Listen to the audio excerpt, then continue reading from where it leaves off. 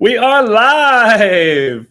What's up, FitOn fam? It's Kenta here. I am so excited to be doing this live Q&A with all of you. This is going to be the very first time we've ever done this with FitOn, so I am super stoked to be here with you all. Thank you all for tuning in. I'm going to give you all just a couple minutes here to kind of get situated and tell you what we're going to be doing today. So a lot of you have already sent in a bunch of questions, and the amazing team over here at FitOn kind of filtered them out for me, put them into different categories. And we're going to first cover the different categories, and we're going to try to keep as much of generalized within certain topics as possible, so it's not just kind of a free-for-all and jumping around different questions. Super quick, I guess I'm just going to get started. One of the first couple questions that people were asking were just about me. So since some of you are still getting in here, just briefly about myself. I've been with FitOn now for about 3 years. I've been in the fitness industry for almost 20 years. I've just been everything from I started as a yoga instructor, right? Back when I was like 16 years old.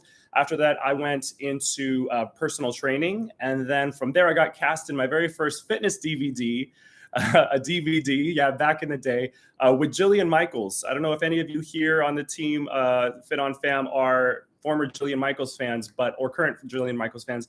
But that's actually where I got my start in the fitness world in this space. I was her personal trainer. I was in all her DVDs, and I worked with her for about 8 to 10 years. And then I started getting into my own digital fitness space, and I started working with different apps, some before this. And then once I found FitOn, I knew this would be my home for now. So super stoked to be here. I've been working out for a long time. I'm a certified nutrition coach, certified yoga instructor, certified group fitness instructor, and certified personal trainer. So I'm going to try to offer as many different types of advice and answer as many questions from you guys today as possible. Let's go ahead and get right into it. So let me see, what are the first couple questions we have today?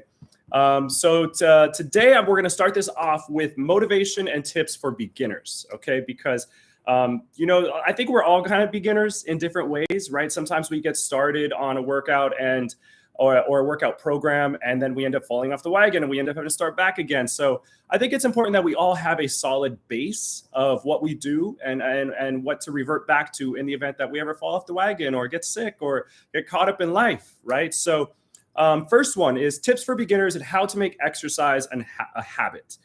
One of the most important things you can do, guys, is make sure that you don't try to do too much at once. If that makes sense, right? I mean, we kind of have an idea of what we want our life to be like when we're super fit and healthy, right? With all the types of food we want to be eating and the workouts we want to be doing and what we want to look like. And it can get really overwhelming. And that's what happens with a lot of people is they just get so overwhelmed that they think, okay, I'm not doing it all successfully, so I'm just gonna give up completely.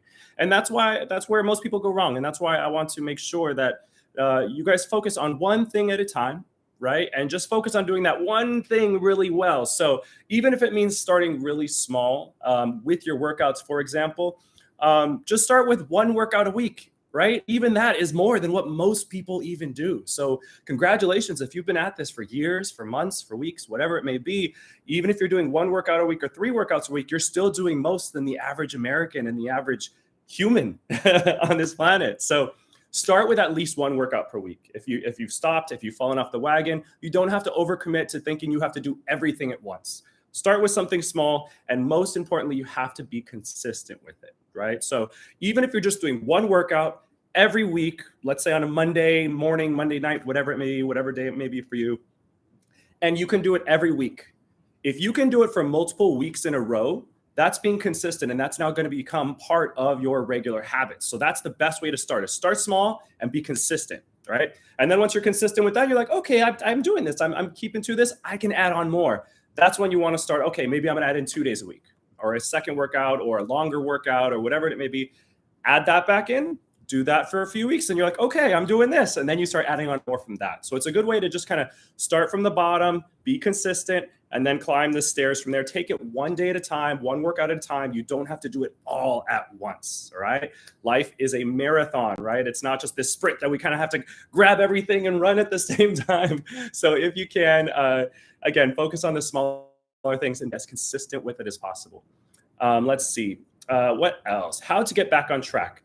So if you ever fall off the wagon, right, or get off on track, one of the most important things you can do to get back on track, first of all, is by focusing on your motivation, focusing on your why, right? That's the most important thing when it comes to doing anything in life, is always remembering why you're doing it to begin with, right? If you don't have a specific reason as to really why you're doing it, then it's going to be hard for you to want to get back to doing it at all, right? Again, so what I really like to do is write down my reasons why, right? And really focus on them, and really start to absorb them and make them part of who you are. And don't just think of it as like, yeah, I'm going to do this because I want to be, healthy, period. Like, really break that down and really see how it will affect you and why it should affect you and why you want it to be a part of your life, and get kind of serious about it, right? And don't just make it something that's like this offhanded thing, right? Because if it's not something that's really serious to you, it's not going to be something that you're going to want to go back to. So first and foremost, focus on your why. And second, you want to be patient, right? I mean, it's like we're all going to have different things come up in our lives that slip us back. I just got sick this past week and I ended up missing the gym. I was going on such a good track, and then I ended up falling off, and I was like, oh, I'm sick. But I'm like, you know what? That's life. You have to be patient. Things happen. And the worst thing you can do when something doesn't go your way is to get mad or start shaming yourself or start putting yourself down, right? Because then that's just like throwing more dirt on a pile of bad feelings, right? What you want to do is not layer the levels of things. Be patient with yourself and show love to yourself just like you would to anybody else, right? I really like to think of treating ourselves as if we were someone separate from ourselves, right? Like if we had a friend that was going through something and they fell off the wagon, or they were going through some struggles, how would you talk to them, right? Like, what would you say to them? What kind of words and tone would you talk to them? And then consider, how are you doing that to yourself?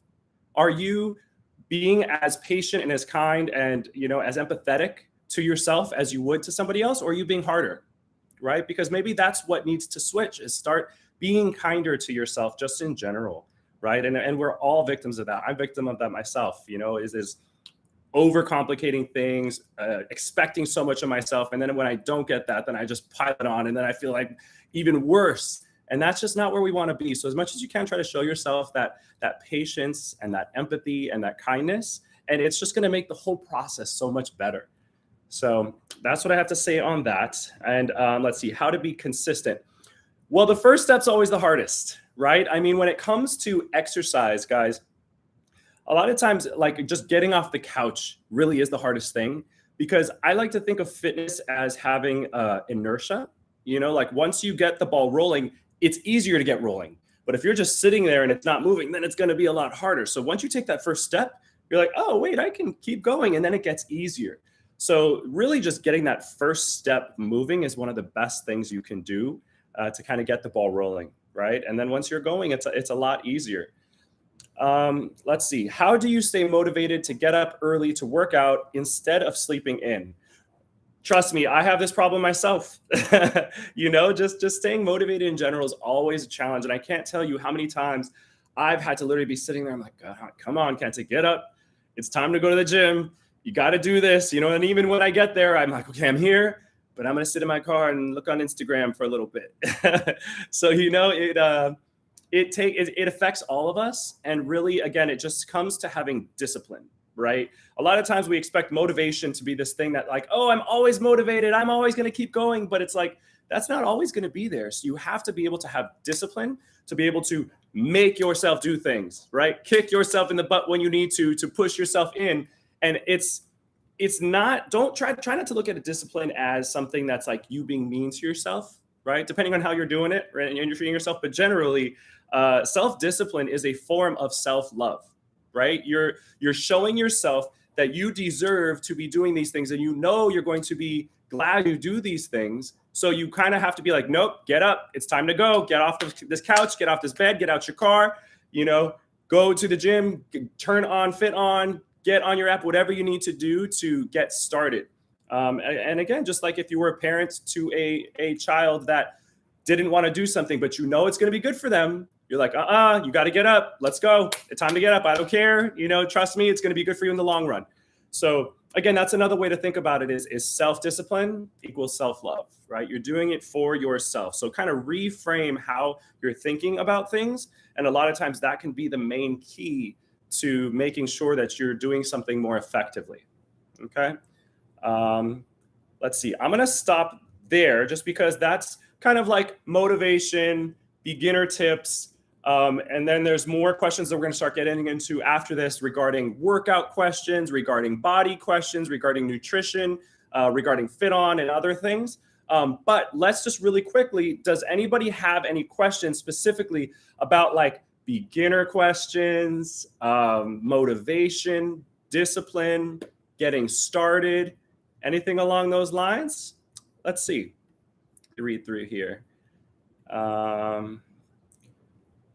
Okay. How do you get back at it after being sick? I hate breaking my workout streak. I get it. You know, that workout streak. Oh, if you've been doing it for so long and something happens to knock it out, again, that's all part of life, right? Katie, it's just so unfortunate when things do happen. But again, it's like everything happens for a reason. And again, just because that number on your workout streak may change, it doesn't mean that you stopped. Something happened to make you stop that was out of your control. And it's better in some cases to not push through and keep working out when your body needs to recover. So you did what you need to do. You did what your body deserved. You treated yourself right. Do not feel guilty about that. Just because a number may change on an app, there is more to that number than, you know, anything else. Treat yourself first. Okay, period. If anything else gets in the way, take a breath, know that there's more important things going on, and that's how you move forward. But as far as actually what you should do physically, start light. You know, do not push yourself too early, too quickly. Even me going back to the gym this week, right after being sick last week, I just started with very light cardio. You know, I just wanted to get my body breathing again. I didn't push it too hard. I didn't get myself breathless. I didn't want to get too sore. I was just like, okay, just get circulation going, get your breath going, filter out anything that's going on in your body so that it gets out. And then after you feel confident, like after 2 to 3 days or however many days you may need, then you can increase the intensity, but start light. All right, let's see what other questions.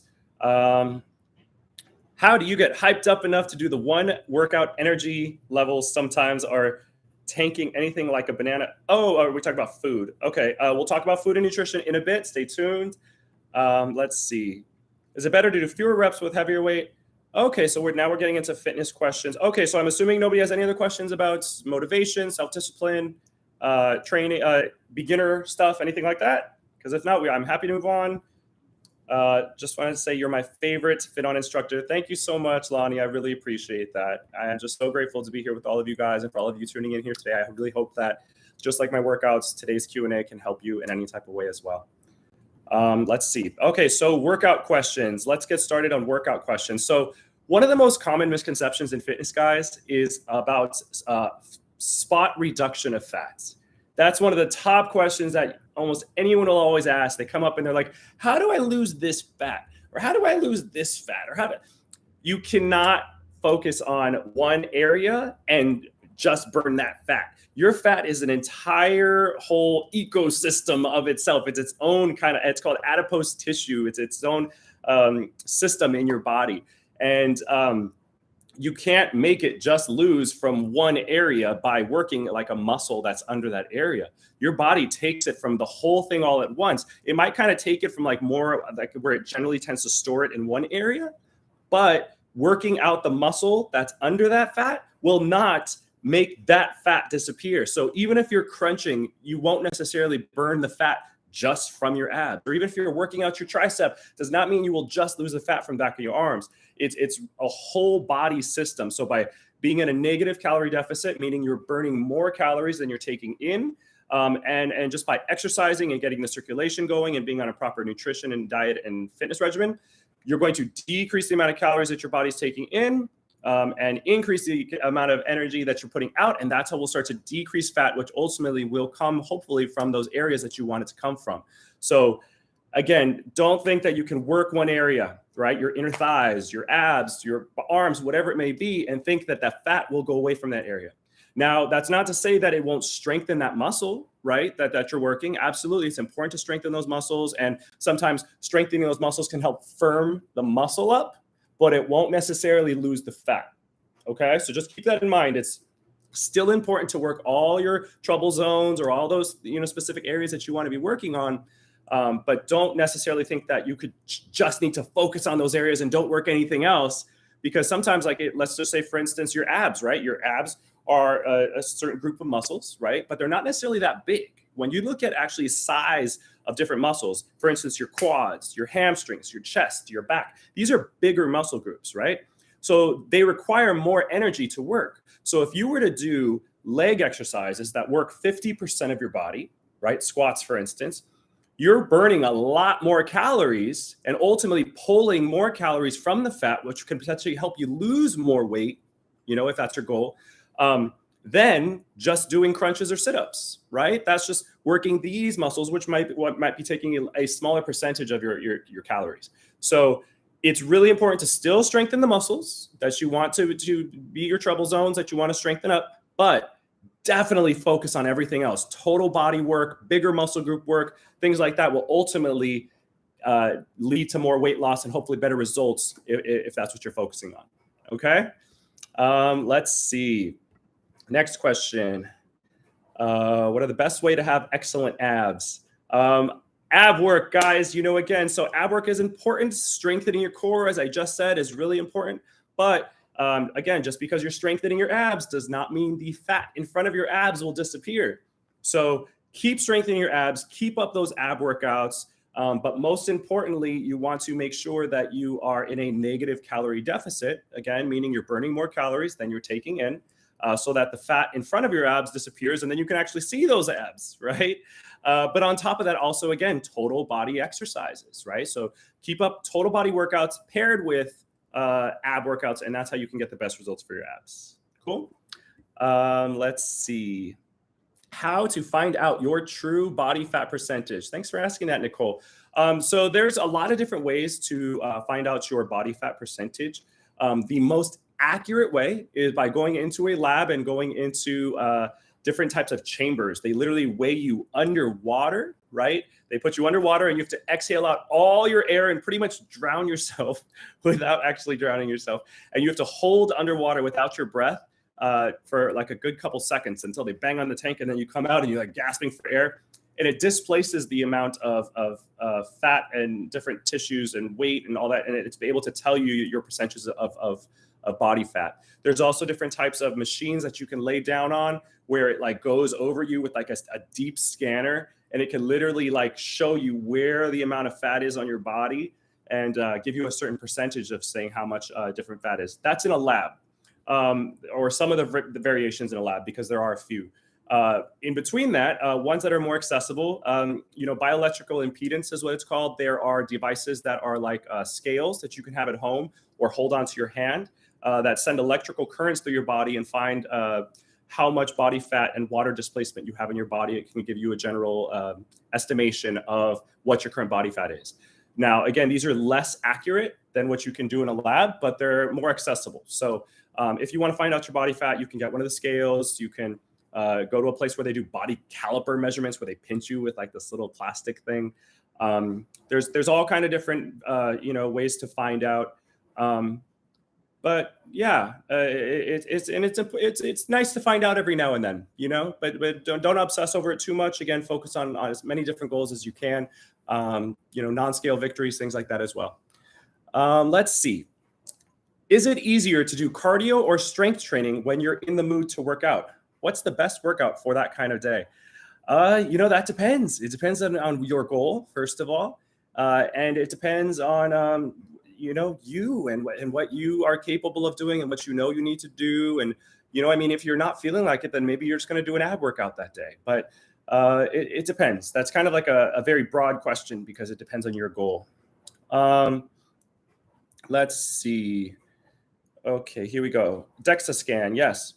Okay, Linda Hill, is it true after a major weight loss, like over 100 pounds, it can take a year of maintenance to lose skin, flap, and wrinkles on the legs? Yes. Okay, so let's talk about that. So skin is a totally different organ, right? And it takes time to build and stretch and regain elasticity. And if you lose a large amount of weight, or even just sometimes like a smaller amount of weight, like 20 pounds, 10 pounds, the skin can take time to kind of tighten and refirm back to kind of where it needs to be. And sometimes if you lose so much, it might not ever go back to being fully tight again. So it could depend, and in which case, there's other options if you really want to work on that, surgical or medical options, and that's totally up to you. And talk to your medical professionals about that. But yeah, I mean, there's different things you can do. Just keep exercising. By increasing your body heat and temperature, you're now increasing circulation to your skin, which can help it recover and tighten and firmer up faster.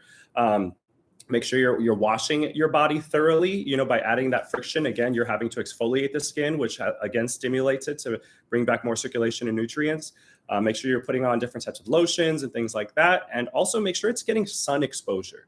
If you look at skin that tends to be a little bit more looser, a lot of times it's like in the underarm, where it's not getting a lot of exposure, your inner thighs, your belly, things that generally aren't exposed, because the sun is another nutrient that can help your skin get healthier.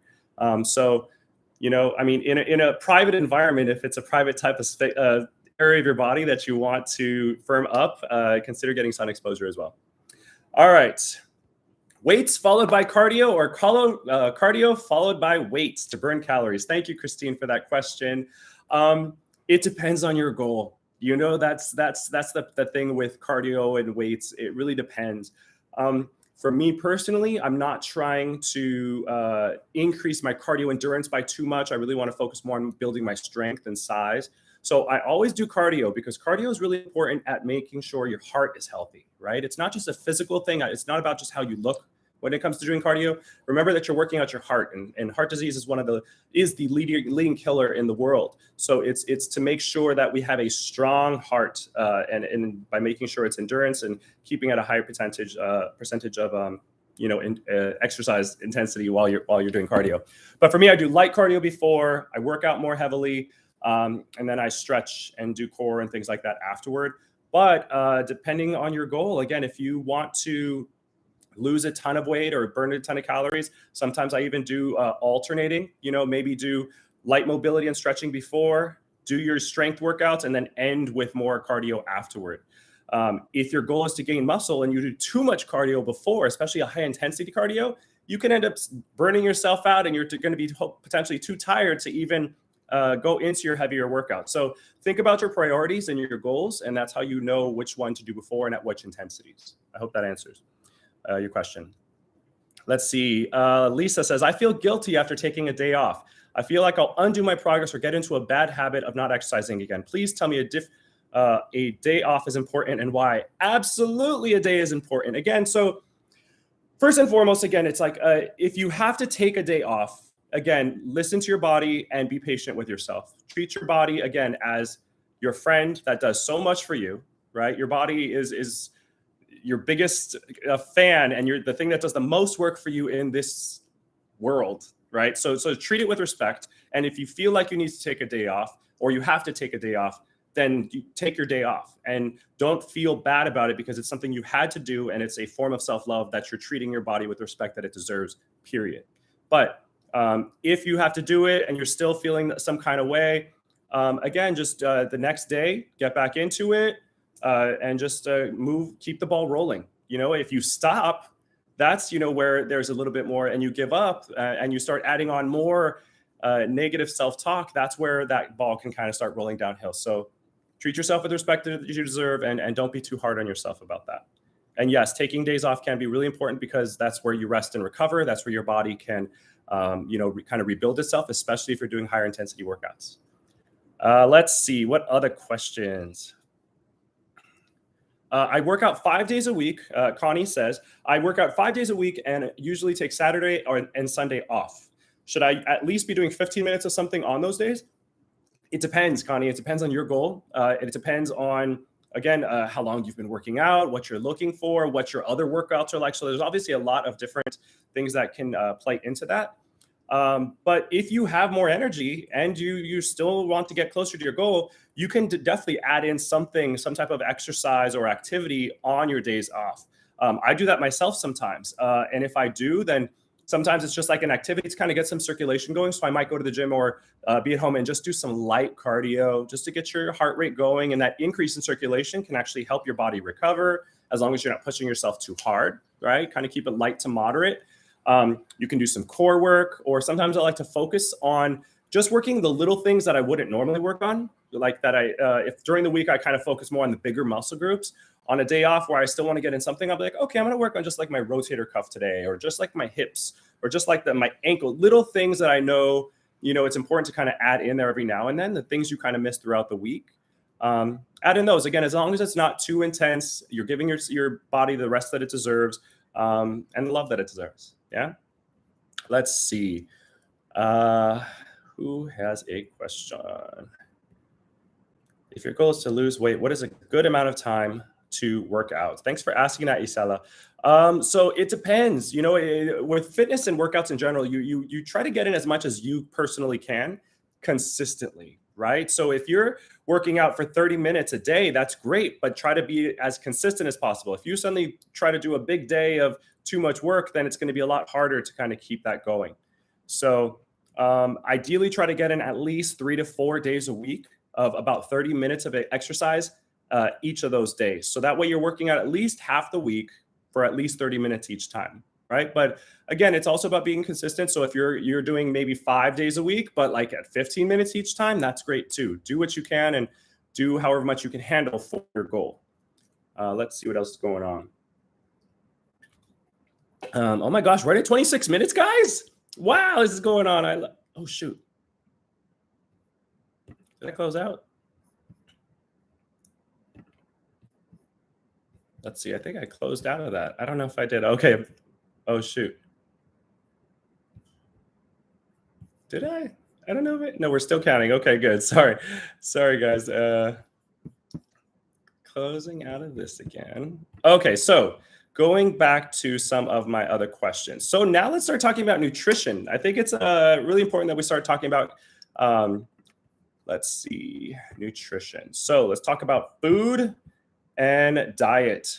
So one of the most important things, guys, when it comes to exercise and nutrition is to find out what your goal requires. So if you want to be in a negative, if you want to lose weight, then you have to be in a negative calorie deficit, like I mentioned earlier, right? Meaning you're burning more calories than you're taking in. So the best way to find out that, first and foremost, is to find out how many calories are you taking in, right? That's the most shocking thing, is a lot of people don't actually know how many calories they're consuming. So what I like to use is different types of platforms or apps to document your intake. And even if you're doing, even if you're just doing this for a few days, right? I would recommend doing it for at least 3 to 5 days, maybe even up to 2 weeks, just to kind of get a general idea of how many calories you're taking in and how many nutrients you're taking in per day. So you can kind of know, okay, this is how many I'm doing.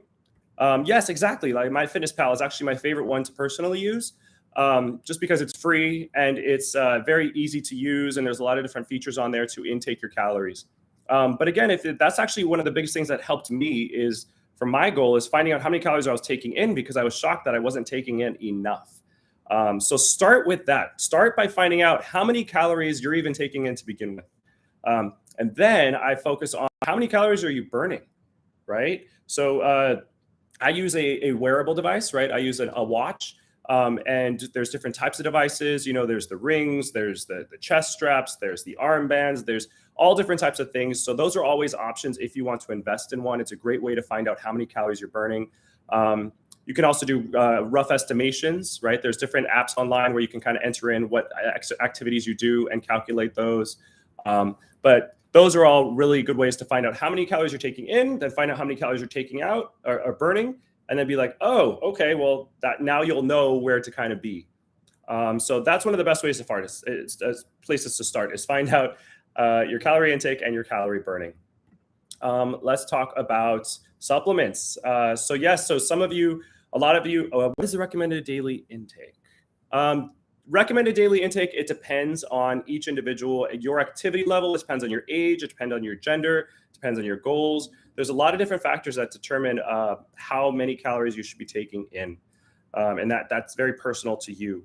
I think MyFitnessPal and other similar apps also offer some type of feature that tell you how many calories you should be taking in. So you might want to look into some of those to find out those that can be specific to you.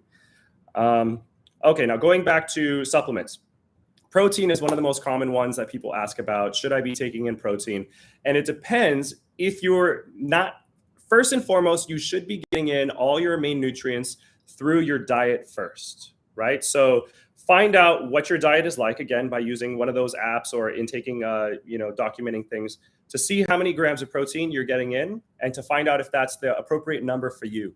And if it's not, then maybe you might want to consider taking in a supplement, right? But you don't necessarily have to look at jumping into taking a supplement just because you're working out, right? Can they help? Yes. Are they necessary? Not necessarily. It depends on what your diet is like. But personally, I do take protein shakes. What I like to do is make them as a little bit of a snack, right? And what I do is I mix them with other things. So I put in my almond milk. I put in my protein. I put in some type of nut butter, like an almond butter, cashew butter, things like that. Then I put in like a little bit of oats, just so I get a little bit more fiber. I put in some chia seeds, get in the fiber with the protein. And then sometimes maybe I throw in some other things like that. There's also green shakes. If you want to be adding in some what are called phytonutrients from like plants, you can add in your spinach. You can make all kind of fun vegetable shakes with some type of protein as well. So there's different ways to kind of make a shake a little bit more of a meal and definitely have a little bit more nutrients in it by mixing different things in with it. But otherwise, you can also just do a regular shake. As far as the timing for shakes, it really depends on your goal and your lifestyle habits about when you should be taking in the shake. Generally, what I love about shakes is they're convenient, right? They're easy to take generally. Some of them even come already pre-made, right? In those little like ready to drink kind of bottles. In which case those could be great for when you aren't available with food, right? So you can do it as like your midday snack or kind of like a lunch if you don't want to be doing anything, if you don't want to be eating anything too solid. So that's when those could be beneficial. Personally, sometimes I like to do my middle of the day in between my big meals. Also after my workout, right? Anywhere from 30 minutes to an hour post-workout, I like to get in some type of nutrients like a shake, okay? As far as other supplements, other ones that, let's see, wait, Ivana says, oh, they are not necessary. Interesting. But so can extra protein get us fatter? Or is it really the opposite? Protein helps you lose weight. Great question. So again, it comes down to your total calorie intake or deficit, right? So if you take a protein shake and now you're at a calorie surplus because there's so many calories in that shake and you were only burning this much, then yes, you can gain fat and you can gain weight from taking too much protein or too much shake or just too much calories in general. So again, you have to find out how many calories you're taking in first. So document your intake, find out how many calories you're taking in. I promise that is one of the biggest game changers. If you don't know how many calories you're taking in, you're just kind of like shooting in the dark and not really knowing what you should be doing, right? So find out how many calories you should be taking in, how many calories you are taking in, and then that's where you can decide whether or not a protein shake could be beneficial for you. But if you are taking it and you're within the right amount of calories that you're looking for your goal, then it can absolutely help you gain muscle. I hope that answers your question about that. How many grams of protein should you eat to build muscle?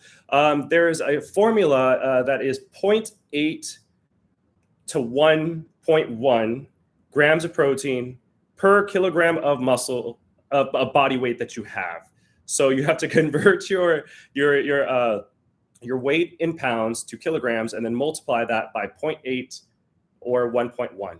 For me, what I like to do, just because that's a little complicated, and in America we don't do kilograms, so I just do personally about 0.5 to 1 gram of protein per pound of body weight for me, for my goal, right? But it depends on you and your goals. So look into that. Again, online, there's different calculators that you can do to prescribe you the right amount of protein for you and your goal, okay? Is that still lean muscle? Yes, it depends. Again, lean muscle is kind of a vague, broad term. But what it comes down to, again, are you talking about maybe there's not a lot of fat around the muscle and it's more muscle? Then that comes down to having a calorie deficit.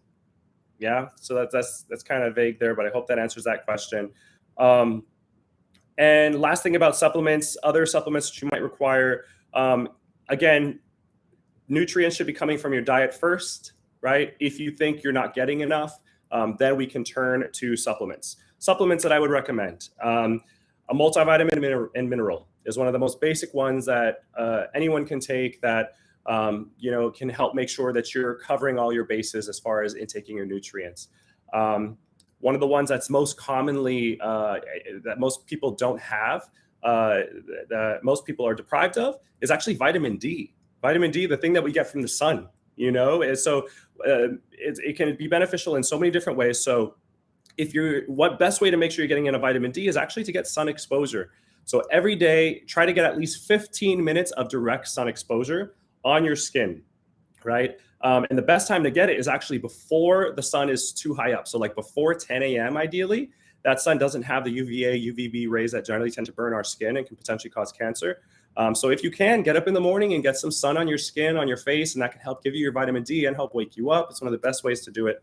If you live in an area where you're not getting a lot of sun, or maybe you wake up too early and you're at work and you don't get a lot of sun in your day, then that's where supplementation can come into effect. And that's where you want to be looking at supplements like vitamin D3 and things like that to be taking every day. Okay. Let's see. Other supplements. Creatine is one of the most proven ones that can be really beneficial for building muscle size and strength, whether you're a female or a male. It can be really good for you if you are more advanced along your workouts and you're consistent with your workouts already. If you're just a beginner, if you're not really consistent with your workouts, I wouldn't really recommend it. But if you're more of like okay, I've been doing this for a while, I've been doing 3 to 5 to 6 days of workouts a week, I'm looking for something new to help stimulate some muscle building, my body fat's not too high, creatine can be a great option for you. Look into that. And again, you want to be doing it generally on days that you're working out. What supplement would you recommend for joint health? Well, first and foremost, let's see, there's the general multivitamin, because general multivitamins, those little things, those individual vitamins and minerals can be really good at giving your muscles and joints the nutrients that they deserve, so the base nutrients that they deserve. But then on top of that, there's something called glucosamine and chondroitin that are really good, and they're specific for joints that can help. But again, I would prioritize your basic vitamins first before you consider getting things that are a little bit more specific, because a lot of times the general vitamins and minerals are the ones that are kind of the base. Yeah. So that could be great too. You can also consider some type of collagen supplement. I like to do a collagen protein. The collagen is really good, not just for your joints and your ligaments, your tendons, your soft tissues, but also your joints as well. Okay. What about omega-3? Yes, omega-3 is really important. Omega-3 is one of the best essential fatty acids that you could be taking. It can be great for all different types of things, and especially if you're not getting in a lot of healthier fats in your diet as well. If you're not doing a lot of fish, if you're not doing a lot of the nut butters, if you're not doing a lot of the healthier oils, then by taking an omega-3 supplement, you can kind of help guarantee that you're going to be a little bit more set up for success. So omega-3 definitely is one of the ones I would consider. Make sure you're doing omega-3, not omega-6. Okay, a lot of people get too much omega-6, and that's actually the one that can cause a little bit inflammation. So I would recommend omega-3s instead. Okay, let's see. Any other question? Do fat burner supplements really work? Great question. Let's talk about fat burners really quick. They're called thermogenics generally, and what they do is they stimulate calorie burning. One of the most common fat burners is caffeine, right? I mean, I'm drinking some right now. It's really good for just increasing your energy. And by increasing the amount of energy that you're doing, you can potentially be increasing the amount of calories that you're burning, which can then potentially help you burn fat. So just by taking the fat burners alone, you won't necessarily lose a bunch of weight. But what the caffeine and the stimulants can do is they can give you the energy to then go and do things like FitOn workouts, that can generally make you burn more calories, right? Versus if you're just kind of a little bit more lazy that day and you're like, I don't really have a lot of energy, I'll kind of do like a light workout, then you're not going to burn a bunch. But if you take a stimulant or a fat burner that can make you have more energy and make you do more things, then you can end up burning the calories. But the supplement by itself isn't the thing that does the work. The supplement is what stimulates you to want to do more work. Does that make sense?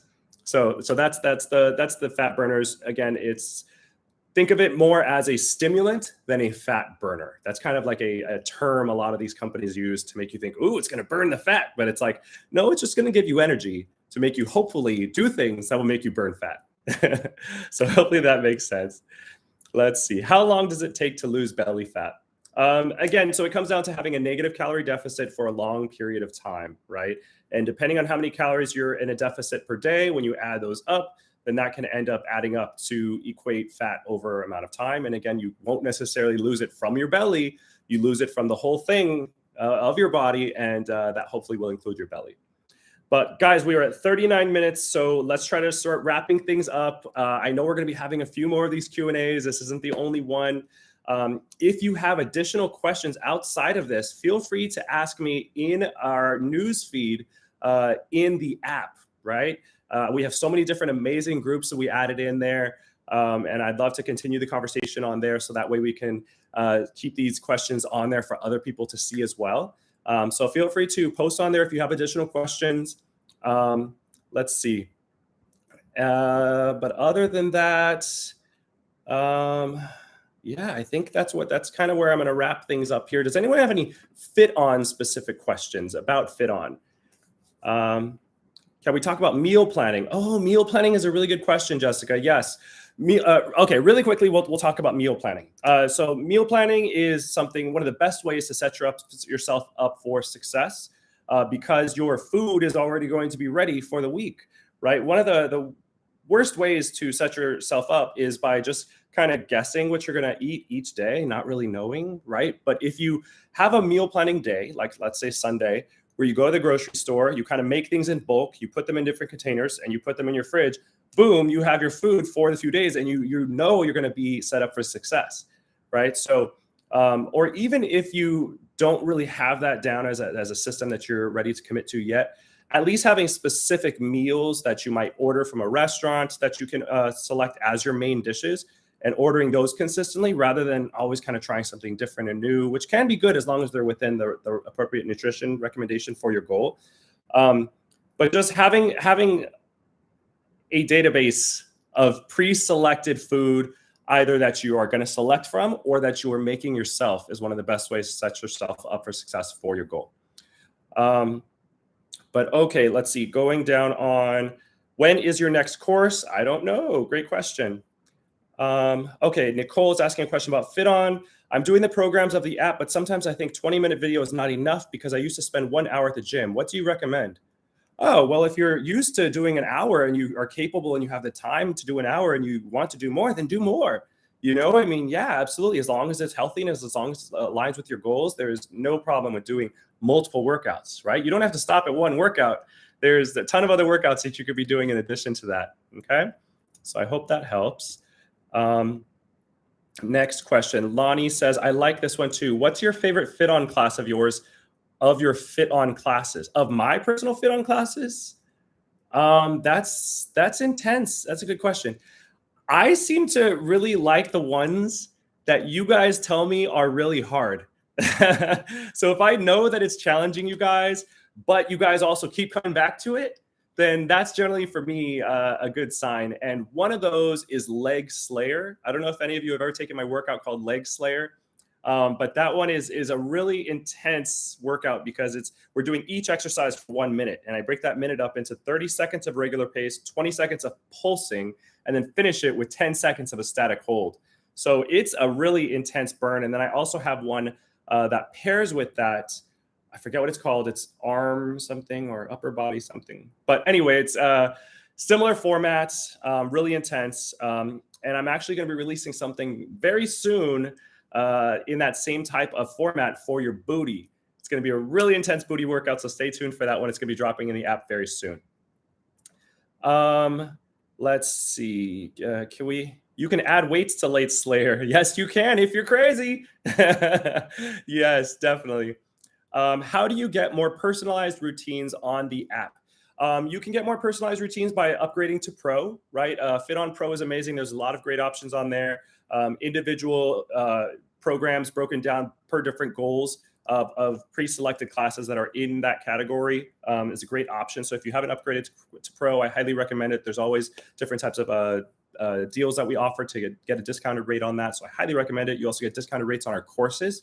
So if you haven't taken my 2 courses, either Total Burn or Total Shred, upgrading to Pro is a great way to get discounts on mine and other people's courses as well. Do you create all of your workouts? Yes, I am very, you know, again, I've been in this industry for almost 20 years, and I'm very specific now that any type of workout that I'm doing, it has to be something that I personally created, because I've been creating workouts for a ton of other people before. And if I'm going to be releasing them now, every single move, every single minute of that workout is done by me. Okay. So you're welcome for all those moments of me kicking your booty. That's all from here. Thanks for being an inspirational trainer. Thank you, Jennifer. Let's see who else. Okay. All right, guys. Well, I think I'm going to wrap it up here. We're already at 45 minutes. Oh my gosh, this has been such a good time. Time just blew by. But again, if you have additional questions, feel free to post them in the app, in our news feed, you know, so that way I can answer them so that other people can see there, and maybe other people have similar questions as you. But again, I hope that we're going to be having these again very soon. I know Brianne's going to be hosting one soon as well. You can also feel free to reach out to me on my personal Instagram or our Facebook group. But thank you guys so much. This has been such a joy. And I hope to see you all very soon. Have a great day.